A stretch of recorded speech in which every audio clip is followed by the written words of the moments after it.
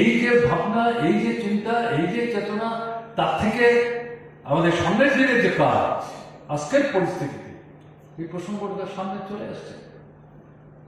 তাই বিশেষ করে ভারতের কমিউনিস্ট পার্টি মার্ক্সবাদী সভ্য সভ্যা শুভাকাঙ্ক্ষী সমর্থক শুভানুধ্যায়ী তাদের কাছে আজকের দিনে দাঁড়িয়ে সেটাও বিষয় যেটা বিশেষভাবে বলব যে আমাদেরকে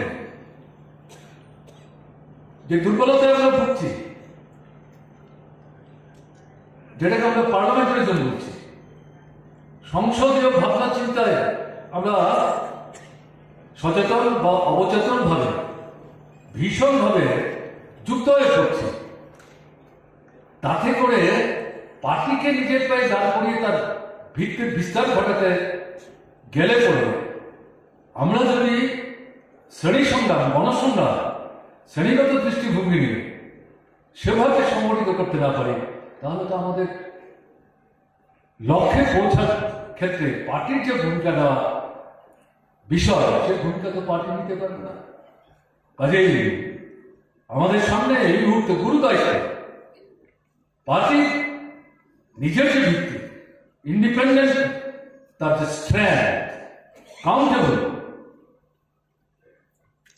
শুধু তার অবস্থানগত দিক থেকে সঠিক পথে দিশা দিচ্ছে এটা বলতে হবে, তার সঙ্গে সঙ্গে কাউন্টেবল ফোর্স হিসেবে একটা সময় এরকম একটা জায়গায় আমরা চলে গিয়েছিলাম, সেখান থেকে আস্তে আস্তে তার ক্ষয় হচ্ছে।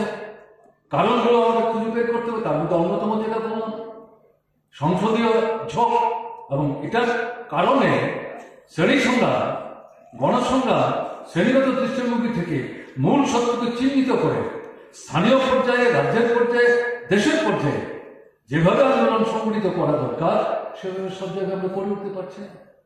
এখান থেকে বেরিয়ে আসতে হবে।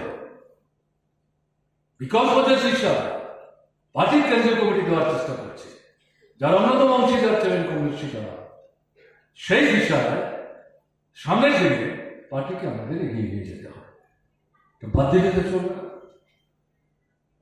এবং একইভাবে বামপন্থীদের মধ্যে ঐক্য সংহতি শব্দ তো আমরা একইভাবে সব জিনিস চিন্তা করি।